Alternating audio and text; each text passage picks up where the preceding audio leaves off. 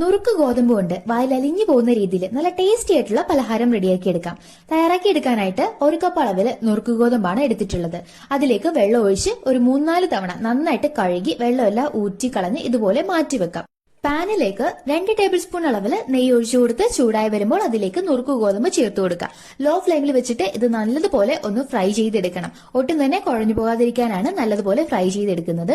ഇതിലേക്ക് ഫ്ലേവറിനായിട്ട് ഏലക്കയും ഗ്രാമ്പും പൊടിച്ചതും പിന്നെ ഒരു അല്പം ഫുഡ് കളറൂടെ ചേർത്ത് കൊടുക്കുന്നുണ്ട്. 1 കപ്പ് നുറുക്ക് ഗോതമ്പിന് 2.5 കപ്പ് അളവിൽ വെള്ളം ചേർത്ത് നന്നായിട്ട് തിളപ്പിച്ച് കുക്ക് ചെയ്തെടുക്കണം. നുറുക്ക് ഗോതമ്പ് നന്നായിട്ട് കുക്കായി വെള്ളമെല്ലാം വറ്റി വന്നതിന് ശേഷം വേണം മധുരത്തിന് ആവശ്യമായുള്ള പഞ്ചസാര ചേർത്ത് കൊടുക്കാൻ.